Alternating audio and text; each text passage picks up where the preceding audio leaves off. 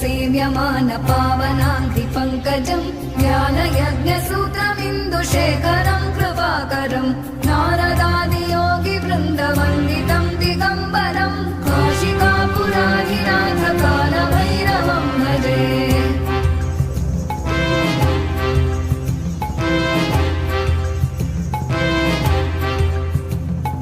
भानुकोटिभास्वरं भवाभितारकं परं नीलकण्ठमीप्सितार्थदायकं त्रिलोचनं कालकालमम्बुजाक्षमक्षशूलमक्षरं काशिकापुराधिनाथ कालभैरवं भजे।